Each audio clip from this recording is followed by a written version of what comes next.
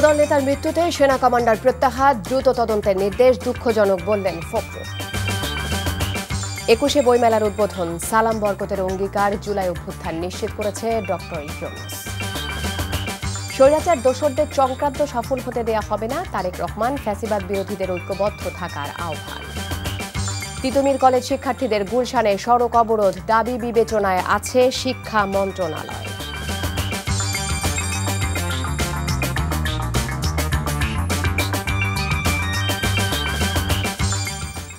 আসসালামু আলাইকুম, তাসরিমা নাহিদ আমন্ত্রণ জানাচ্ছি এনটিভির সন্ধ্যার খবরে। ক্রাউন সিমেন্ট শিরোনাম দেখছিলেন, জানাবো পুরো খবর। কুমিল্লায় যৌথ বাহিনীর হাতে আটকের পর যুবদল নেতার মৃত্যুর ঘটনায় দ্রুত তদন্তের নির্দেশ দিয়েছেন অন্তর্বর্তীকালীন সরকারের প্রধান উপদেষ্টা ডক্টর মোহাম্মদ ইউনূস। এদিকে তৌহিদুল ইসলামের হত্যার বিচারের দাবিতে বিক্ষোভ ও মানববন্ধন করেছে এলাকাবাসী। মৃত্যুর ঘটনায় সেনা ক্যাম্পের কমান্ডারকে প্রত্যাহারের পাশাপাশি উচ্চ পর্যায়ের তদন্ত কমিটি গঠন করা হয়েছে।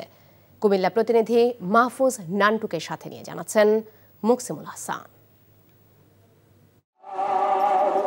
কুমিল্লা সদর উপজেলার পাঁচথুরি ইউনিয়ন যুবদলের আহ্বায়ক তৌহিদুল ইসলামকে বৃহস্পতিবার মধ্যরাতে তার গ্রামের বাড়ি থেকে আটক করে যৌথ বাহিনী।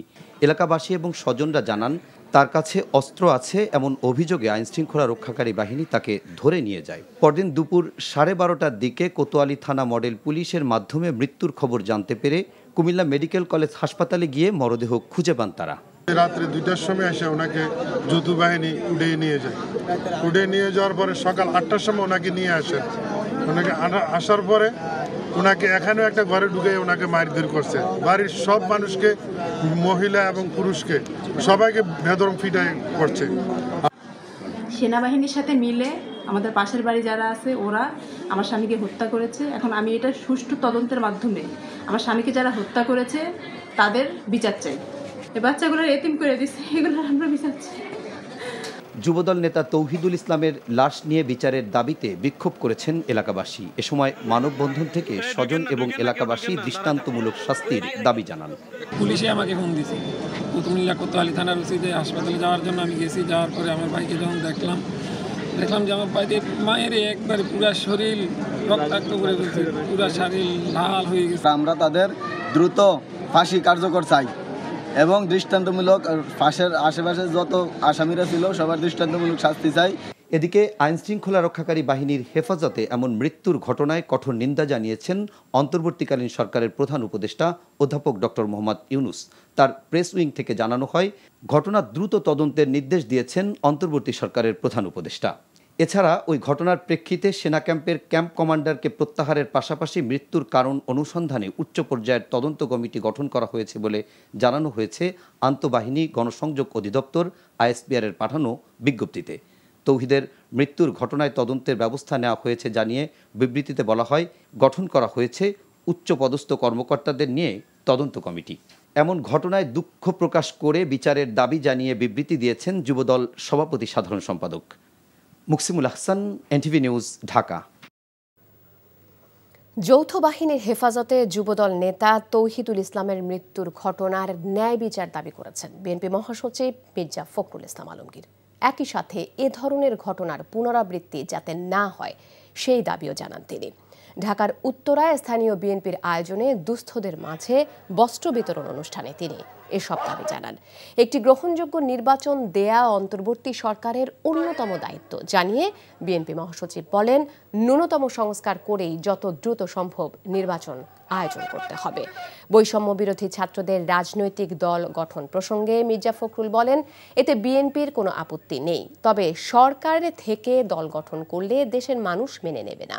দলে যাতে কোনো আওয়ামী প্রেতাত্মা ঢুকতে না পারে সে বিষয়েও সজাগ থাকার আহ্বান জানান তিনি। কুমিল্লায় আমাদের যুবদলের এক নেতাকে তুলে নিয়ে যাওয়ার পরে যৌথ বাহিনী হাতে সে তারপর সকালেই মারা গেছে। এই ধরনের ঘটনা যেন পুনরাবৃত্তি না হয়, যারা এই ঘটনা ঘটিয়েছে তাদেরকে অবশ্যই বিচারের আওতায় নিয়ে আসতে হবে।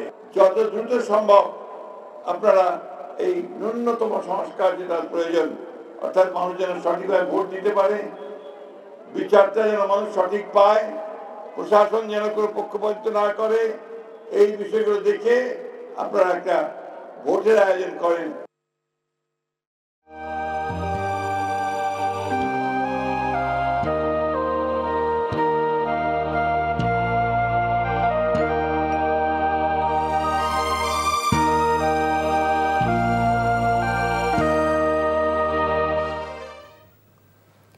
অর্থনৈতিক, রাজনৈতিক, প্রাতিষ্ঠানিক ও মানবিক দিক দিয়ে বিধ্বস্ত এক দেশকে তার অভীষ্ট লক্ষ্যে নিয়ে যাবার জন্য সবার ঐক্যবদ্ধ প্রচেষ্টায় সরকার কাজ করছে বলে জানিয়েছেন অন্তর্বর্তীকালীন সরকারের প্রধান উপদেষ্টা অধ্যাপক মোহাম্মদ ইউনূস।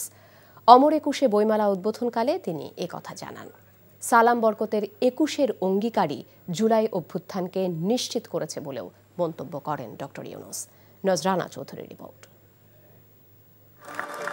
শুরু হলো অমর একুশে বইমেলা ২০২৫। জুলাইয়ের গণ অভ্যুত্থান, নতুন বাংলাদেশ বিনির্মাণ, এই মূল প্রতিপাদ্যের মেলা উদ্বোধন করলেন প্রধান উপদেষ্টা অধ্যাপক মোহাম্মদ ইউনূস। প্রথমেই তিনি বাংলা একাডেমি পুরস্কার ২০২৫-এ ভূষিত বিদগ্ধজনদের হাতে পুরস্কার তুলে দেন। এ সময় তিনি বলেন, ২১-এর চেতনায় জুলাই অভ্যুত্থান সংঘটিত হয়েছে। বরকত, সালাম, রফিক, জব্বারের বুকের রক্তে যে অঙ্গীকার মাখা ছিল, তাতে ছিল জুলাই অভ্যুত্থানকে নিশ্চিত করার মহা বিস্ফোরক শক্তি। অর্ধ শতাব্দী পর এই মহা বিস্ফোরণ গণ অভ্যুত্থান হয়ে দেশ পাল্টে দিল। অমর একুশের এই অনুষ্ঠানের মাধ্যমে আমরা এই প্রত্যয়ে শপথ নিতে এসেছি। ২১ এবং শহীদ মিনার বাংলাদেশের ঐক্যের প্রতীক, আর সেখান থেকে উৎসরিত জুলাই অভ্যুত্থানের চেতনাকে কাজে লাগিয়ে নতুন বাংলাদেশ বিনির্মাণে সবাইকে যার যার জায়গা থেকে কাজ করার আহ্বান জানান ডক্টর ইউনূস। মাত্র ৬ মাস আগে জুলাই অভ্যুত্থান জাতিকে এক ঐতিহাসিক গভীরতায় ঐক্যবদ্ধ করে দিয়েছে, যার কারণে আমরা অর্থনৈতিক, রাজনৈতিক, প্রাতিষ্ঠানিক এবং মানবিক দিক থেকে বিধ্বস্ত এক দেশকে দ্রুততম গতিতে আবার উদ্দিষ্ট গন্তব্যে পৌঁছানোর জন্য তৈরি করার প্রস্তুতি নিতে সাহস খুঁজে পেয়েছে। এবারের বইমেলায় মোট ৭০৮টি প্রকাশনা প্রতিষ্ঠান অংশ নিচ্ছে। গত বছর যেটি ছিল ৬৩৫। প্রতিদিন বিকেল ৩টা থেকে রাত ৯টা পর্যন্ত মেলার কার্যক্রম চলবে, আর ছুটির দিনে মেলার কার্যক্রম শুরু হবে বেলা ১১টায়। মহান ২১শে ফেব্রুয়ারির দিন সকাল ৮টা থেকে রাত ৯টা পর্যন্ত মেলা সবার জন্য উন্মুক্ত থাকবে। নজরানা চৌধুরী, এনটিভি নিউজ, ঢাকা।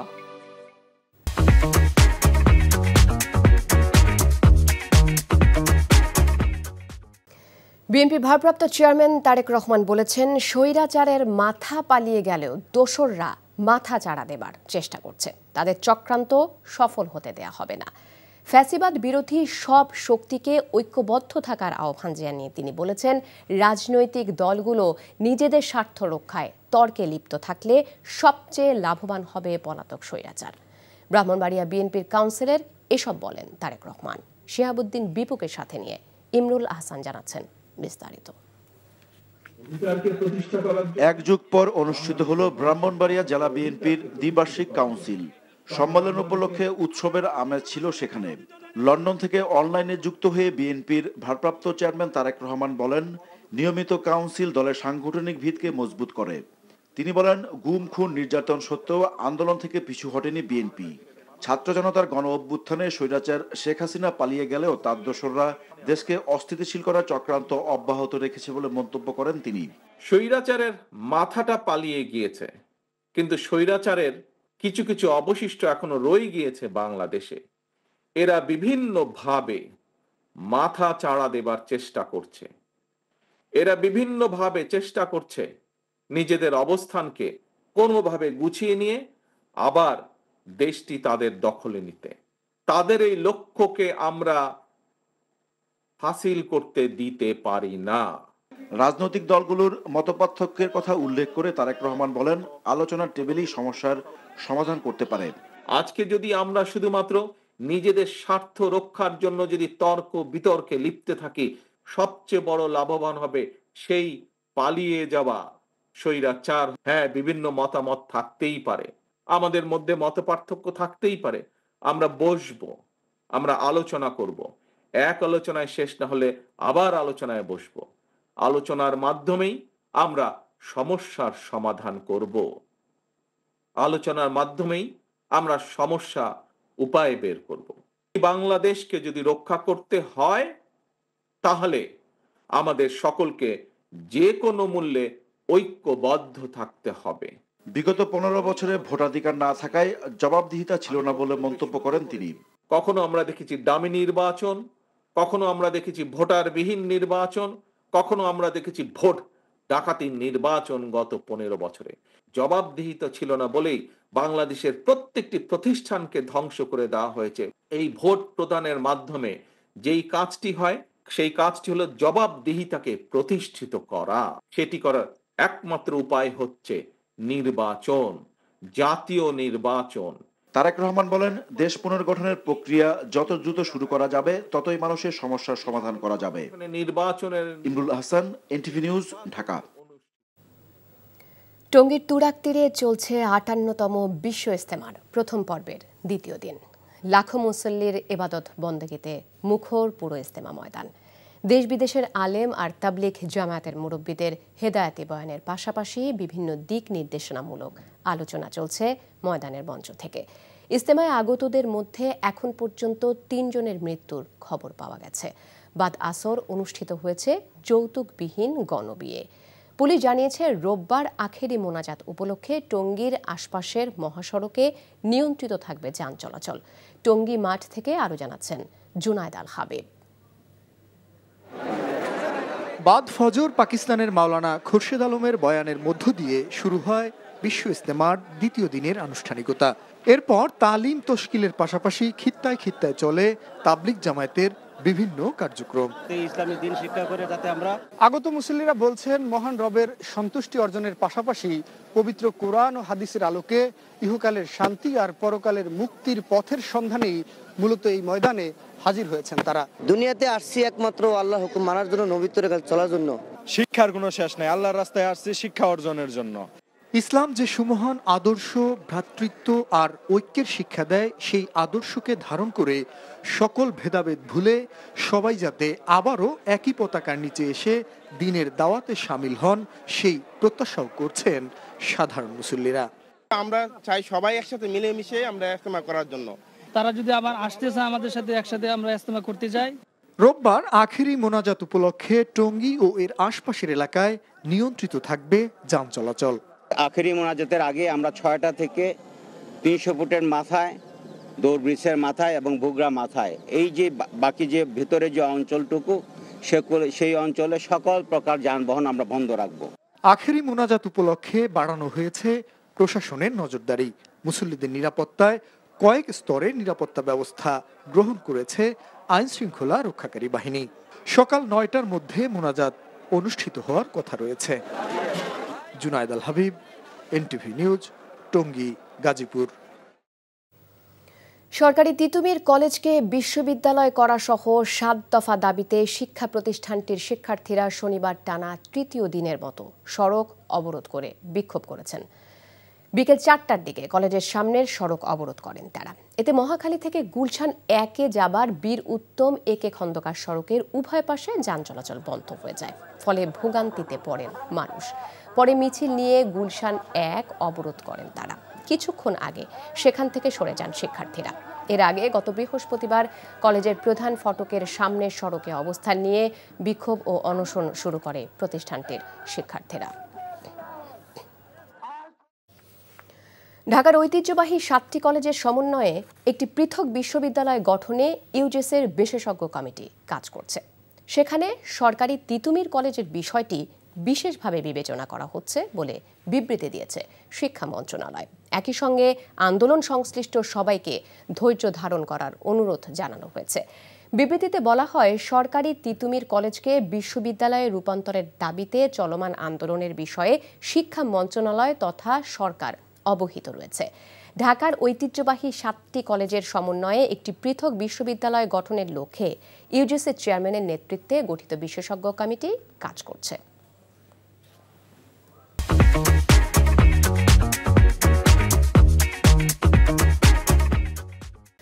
দেশে প্রতি বছর যত মানুষ মারা যায় তার মধ্যে 12% মৃত্যু হয় ক্যান্সারে।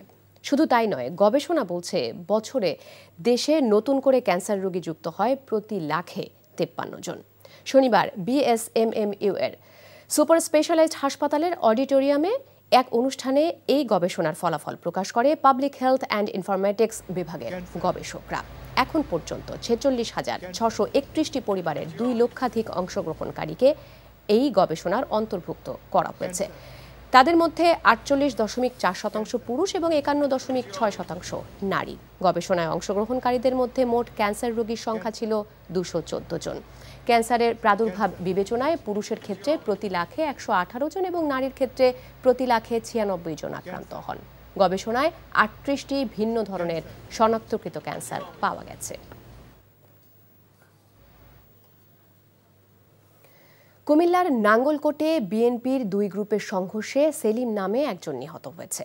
নিহত সেলিম ভুইয়া হেসাখাল ইউনিয়ন স্বেচ্ছাসেবক দলের সভাপতি ছিলেন বলে জানা গেছে। নাঙ্গলকোট থানার ভারপ্রাপ্ত কর্মকর্তা একে ফজলুল হক জানান, বিকেলে উপজেলার ডগ্গা বাজারের উপজেলা বিএনপি সভাপতি মোবাশ্বের আলম ভুঁইয়ার সমাবেশ অনুষ্ঠিত হবার কথা ছিল। এ সময় সাবেক সংসদ সদস্য আব্দুল গফুর ভুঁইয়া সমর্থিতরা গাড়ি বহর নিয়ে বঙ্গড্ডা বাজার অতিক্রমকালে 2 গ্রুপের মধ্যে ধাওয়া পাল্টা ধাওয়া এবং সংঘর্ষ হয়। ঘটনাস্থলে সেলিম ভুঁইয়া নিহত হন। সেলিম ভুঁইয়া উপজেলার হেসাখাল ইউনিয়ন স্বেচ্ছাসেবক দলের সভাপতি ছিলেন। এদিকে সেলিম ভুঁইয়াকে নিজের কর্মী বলে দাবি করেছেন গফুর ভুঁইয়া। শিক্ষাঙ্গনে রাজনীতি থাকবে, তবে রাজনীতি যাতে শিক্ষাঙ্গনের পরিবেশকে গ্রাস করতে না পারে সে বিষয়ে শিক্ষার্থীদের সচেতন থাকার আহ্বান জানিয়েছেন এনটিভির চেয়ারম্যান আলহাজ মোহাম্মদ মোসাদ্দেক আলী।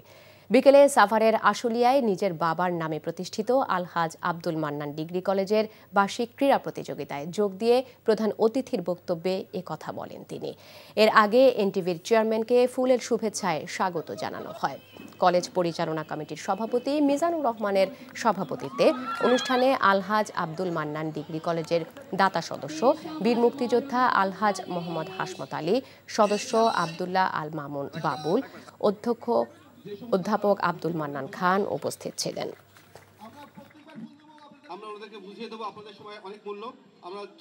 রাজনীতি কলেজে থাকবে, ছাত্ররা আছে, রাজনীতি থাকবে, কিন্তু পরিস্থিতি যেন এমন না হয় রাজনীতিটা শিক্ষার উপরে না চলে যায়। আমি দেখেছি, শুনেছি এই ব্যাপারগুলা। এটা করবেন না। কোনো রাজনৈতিক দলকেই আমি সকল রাজনৈতিক দলকে শ্রদ্ধা করি, অনুরোধ করব যে খেলা এই রাজনীতির আগে যেন শিক্ষার পরিবেশটা থাকে, সেদিকে নজর রাখবেন।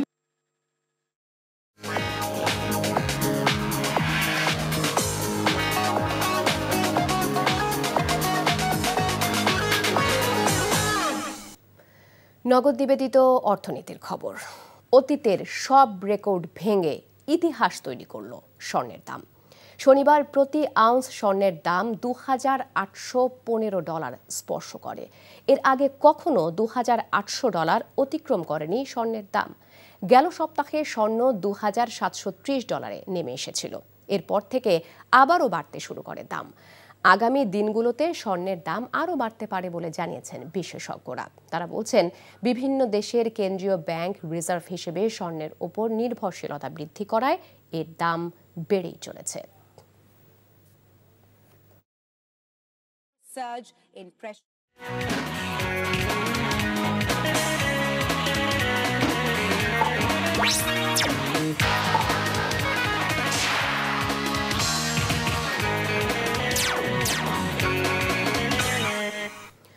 স্পেনে প্রিমিয়ামটি খেলার খবর। একই দিনে শ্রীলঙ্কাকে 2 বার অল আউট করে রেকর্ড ব্যবধানে গল টেস্ট জিতল অস্ট্রেলিয়া। সিরিজের প্রথম টেস্টে লঙ্কানদের ইনিংস ও 242 রানে হারিয়ে নিজেদের চতুর্থ বৃহত্তম জয় তুলে নেয় অজিরা। অন্যদিকে টেস্টে ইনিংসের ব্যবধানে এটি শ্রীলঙ্কার সবচেয়ে বড় হার। চতুর্থ দিনে 2 ইনিংস মিলিয়ে 15 উইকেট হারিয়েছে স্বাগতিকরা।